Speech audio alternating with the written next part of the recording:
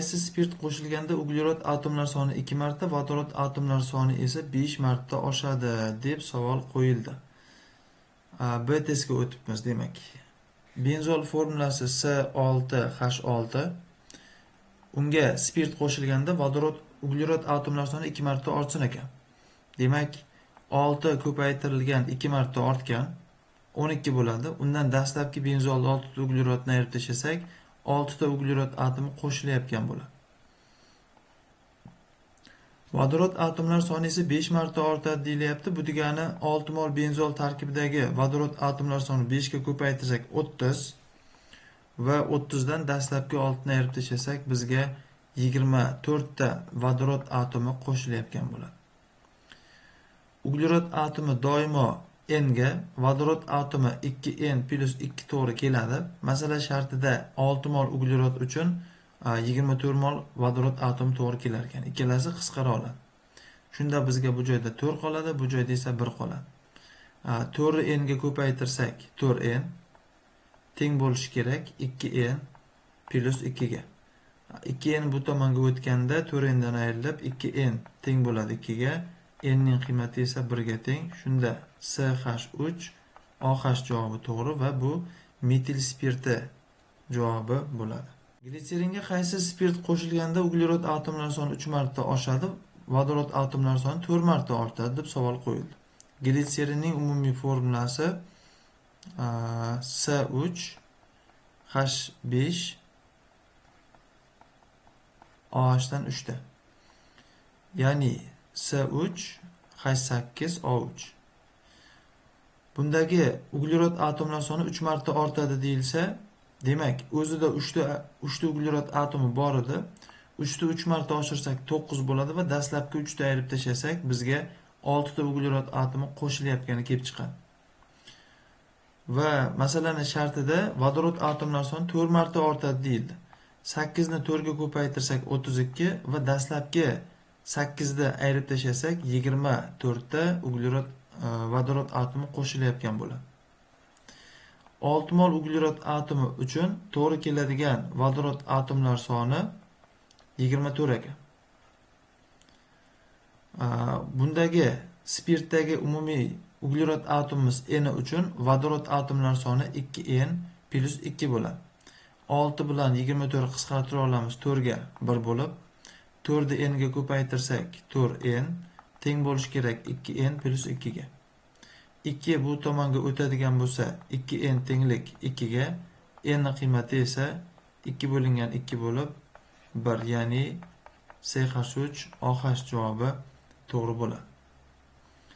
Shuning uchun metil spirti variant olinadi. Benzolga qaysi spirt ekmallar nisbatida qo'shilsa atomlar soni 1,5 marta ortadi deyilyapti. Benzol formulasi C6H6. Jami atomlar sonini topadigan bo'lsak 12 ta. 12 ni 1,5 ga ko'paytiradigan bo'lsak 18 ta atom bo'lishi kerak ekan. 18 ta atomdan dastlabki 12 ni ayirib tashlasak bizga 6 ta atom qoladi. Ya'ni spirtni tarkibidagi CnH2n plus 1 OH tarkibida 6 ta atom bo'lishi kerak. Uglerod atomi n ta, vodorod atomi 2n ta plus 1 ham bor. OH tarkibida 2 ta atom bor. Jamisi 3n plus 3 ga teng. Tenglik 6 bo'lishi uchun 3n teng bo'lishi kerak. 6 3 bu tomonga o'tsa minus bo'lib o'tib ayriladi va 3 qoladi. N ning qiymati 3 ni 3 ga bo'lsak 1 chiqadi. Shuning uchun yana javobimiz metil spirti olinadi. Geksanga 1 ga 2 mol nisbatida spirt alkanol qo'shilganda atomlar soni 1,6 marta ko'paygan bo'lsa, 1 ga 1 mol nisbatida qo'shilganda qancha ko'payadi deb shart qo'yildi. Geksan formulasi C6H12 14. Jami atomlar soni 20 mol, 1 molga nisbatan. 1 molga nisbatan 20 mol bor. Endi 1 ga 2 mol nisbatida qo'shilganda 1,6 marta ortsin ekan. Ya'ni 20 ni 1,6 ga ko'paytirsak bu 32 mol oxirgi atomlar yig'indisi bo'ladi. 32 dan dastlabki 20 ni ayirsak qo'shilayotgan spirt tarkibidagi atomlar soni 12 molga teng. Ya'ni spirtimiz 1 ga 2 mol nisbatida olingani uchun 2 mol spirt tarkibida 12 mol uglerod atom bo'lsa, 1 mol spirt tarkibida qancha deyilsa bu 6 bo'ladi va yana CH3OH tarkibida 6 ta atom borligini biz 2 ta 3 ta masala oldin ko'rib chiqdik. Endi 1 ga 1 mol nisbatda qo'shilsa nima bo'ladi deyilyapti.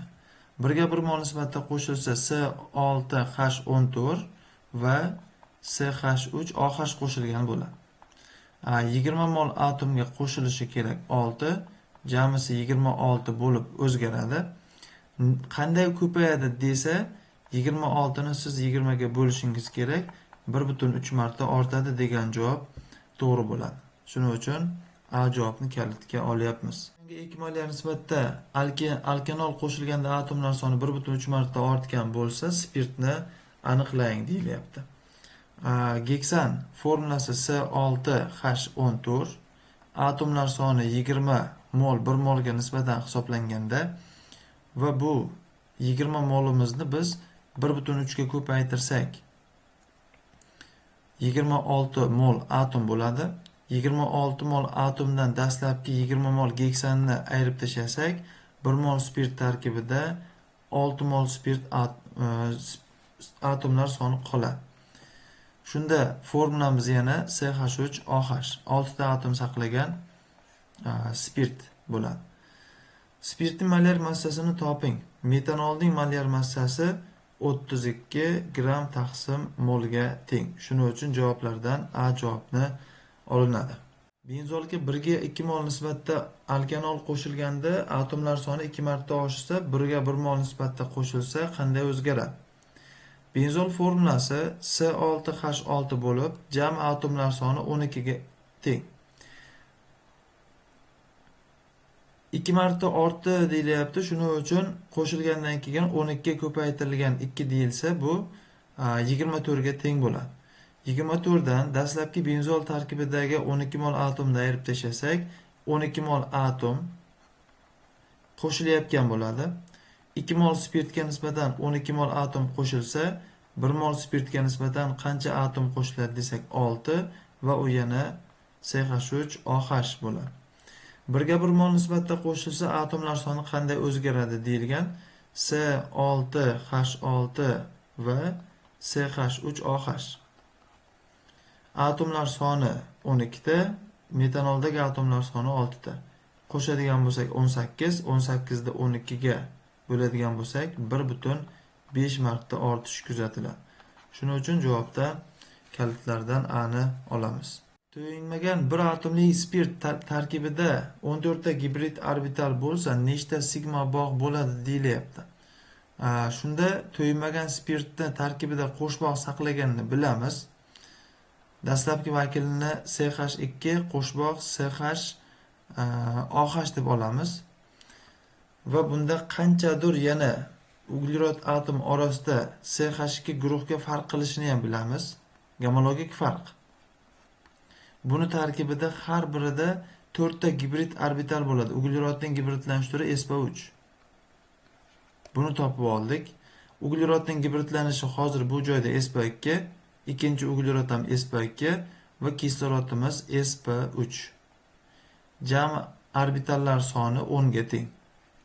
Umumiy orbitallar soni 14 ta bo'lib, 14 tadan 10 ta vinil spirtidagini ayirib tashlasak, bizga 4 ta ortib qolyapti.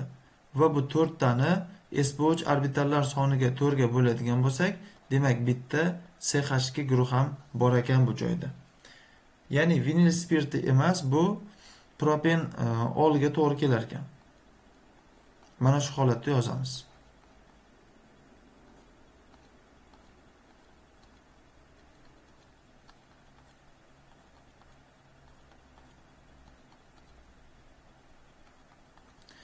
Nechta sigma bog' bor deyilyapti? 1, 2, 3, 4, 5, 6, 7, 8, 9 ta sigma bog' bor. Shuning uchun javoblardan A kalit olindi.